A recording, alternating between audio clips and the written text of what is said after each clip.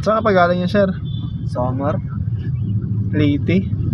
Samar na. Samba. Bisaya, day ka? Kabalo lang ko Bisaya kay sa Cebu mo ko nag-eskwela gud. Ang sa Samar kay mga waray-waray man. Waray-waray. Waray mo gud ang tawag silang kan. Waray-upay. Waray-upay.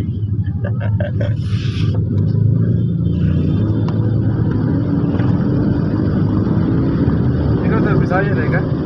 Asawa ko, Bisaya. Ilonggo ako. Biglaan lang din pagbalik ko dito kasi tumawag yung kumpanya. Seaman ka ba? Oo. Kaya pala. Magsisiman pa lang.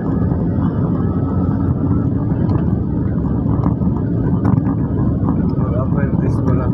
Inatad ko nga dun sa Paranaque, oh. Grabe ang aplikante ng ano dun, Taiwan.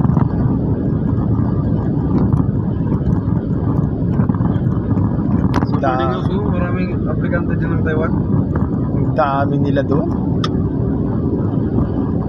Tapos yung makukuha, sabihin natin 1,000 na aplikante makuha sa 10 piraso lang. Pero alam ko pag mga nakaputi na, ano na yun eh, processing na ng requirements yun eh. Nakaputi na sila lahat eh. Na uniform? Oo. Pag-seaman?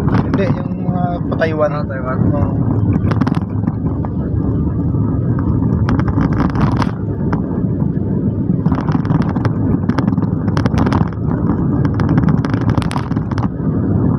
Kasi tinubukan ko mag-apply ng Taiwan, masyado maliit ang sahod eh. Parang dito ko nang trabaho sa Pilipinas.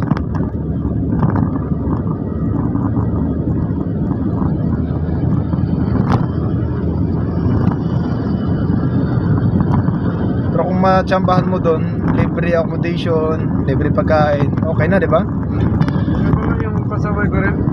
Pero pa Japan lang sa kanya?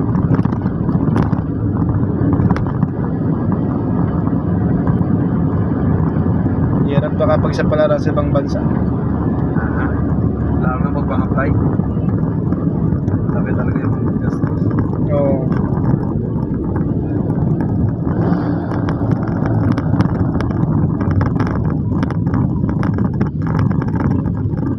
Yung South Korea ko, hindi ka pa nga tuloy-tuloy yung plano ko sa South Korea. Government to government aro sa Korea eh. Oo. Graduate na rin ako sa Korean language eh. Okay, still. Grabe yung ano nga eh, yung may mga kabarnate ako na tapos na lahat, okay na, tanggap mga kumpanya. Tapos na-cancel bigla yung kontrata. Putik to. Depressed talaga yung nakikita ko umiiyak sa kama eh. Pero hindi naman lahat, mga siguro ano sila, siyam tapos yung na-cancel 2 ata. Sa club eh. Panaiyak doon sa kama eh. Kasi ano daw, marami na daw utangan. Hanapan na lang sila ng ano niyan, training center ng employer. Kaso lang mahirap eh. Pahirapan na naman ulit pag naghanap ng ano, kasi ang employer na ngayon ang namimili. Tapos pag napili ka, masilig ka, mag-usap kayo by online. Kung magaling ka mag-Korea, susubukan ka nila kung marunong ka Diba, talaga. nalalagay na lang sila sa reserve, no? Oo. Pero maliit. Sabi nila, maliit na lang daw yung chance na makuha ka pag nandun ka sa reserve. Oo, sa tawag sila kanila, ang tawag doon roster eh. Roster. Oo. Maliit daw yung chance doon eh. Pero mo yung roster na iba, maabot na ng 2 taon, hindi pa na-select. Wala na yun. Yan yung problema eh. Expire na yun. Oo, mag-expire na dyan yung PSL mo, diba? Oo, expire na yun. Take ka na naman ulit ng exam. Eh, buti kung kabisado mo yung mga ano, na-take mo na exam. Eh, kung inano nila, pinag-iba-iba na naman ng hindi na naman nila pinagsunod-sunod. Malilito ka.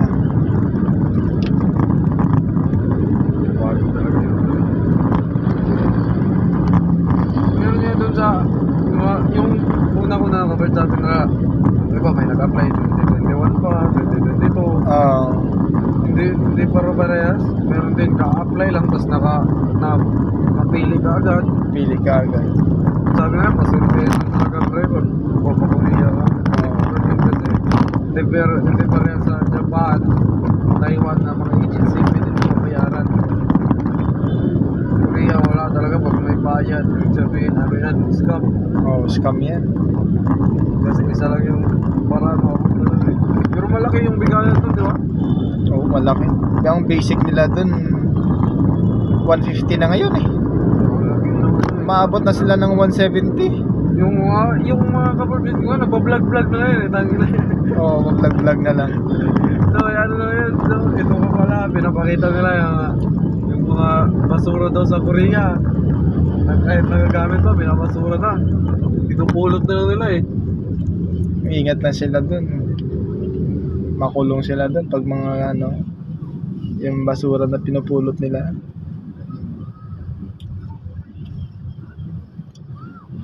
Pati dito sa HPG ang bantay dito. Tama.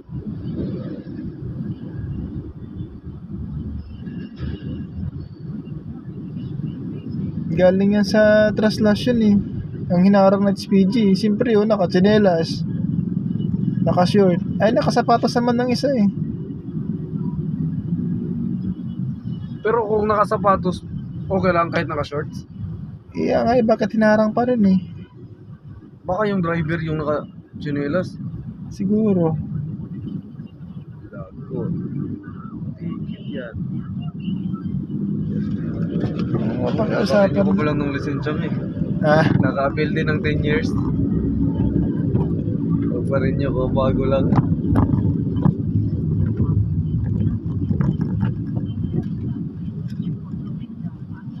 Hindi pala na-record yung mahuli no kasi di LTO. Oo. Ang HPG nga minsan napakiusapan na pa pag nahuli ka eh. LTO talagang mga gutom. Kung mahuli ko ng ay hindi pala yung LTO, kapuso pala yung tawag sa amin. May kapuso doon.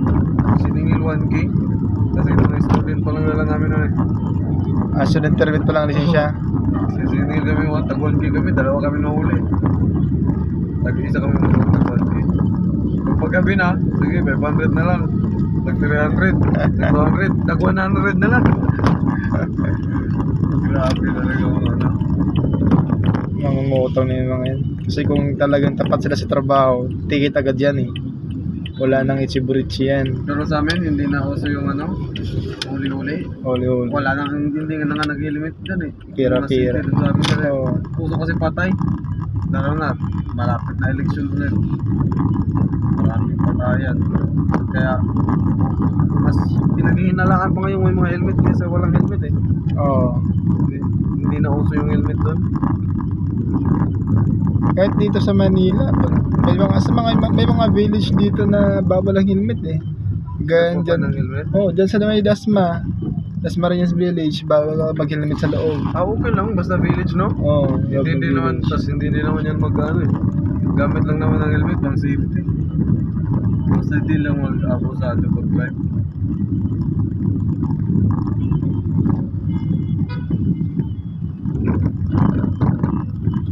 May sasakay nga sana sa akin doon, papuntang Binondo, sabi ko, hindi po kita mahatid doon ma'am, sarado po yung mga daan doon.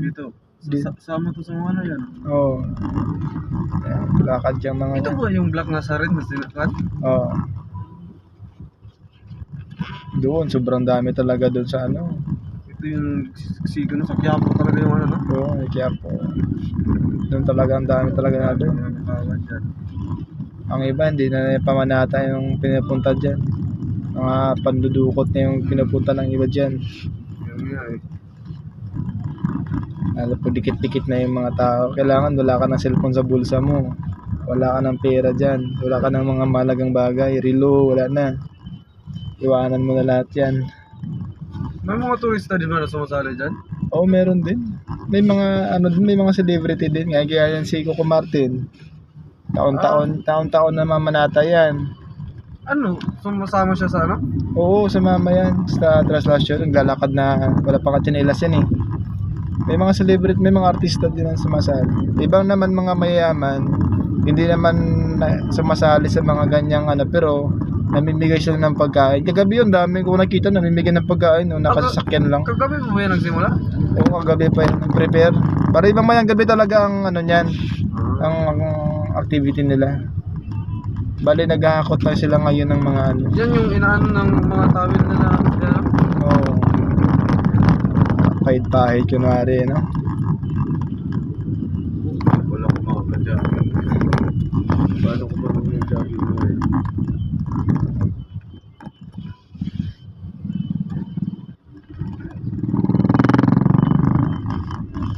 Ito, pasimple ito pagkaliwa natin. At dito lang ako sa may kanta yan. Yung street nito, yung kanto lang ng street nito ako sa kanto.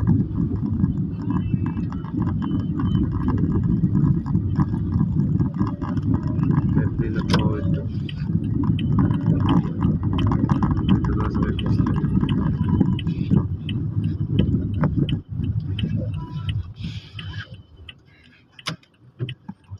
Oh, yeah. Thank you, sir. Diyan na lang yun na. Opo, thank you, thank you.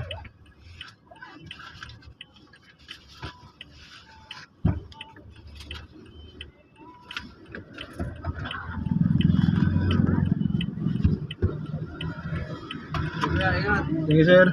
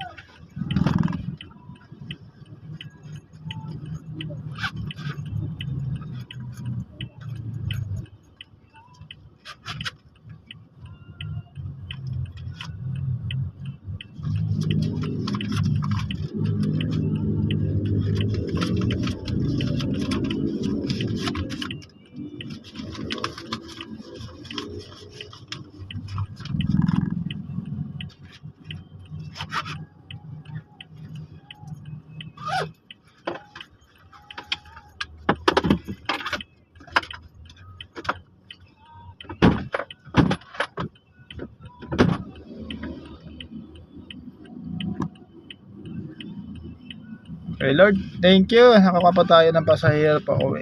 Ay, bait na Panginoon.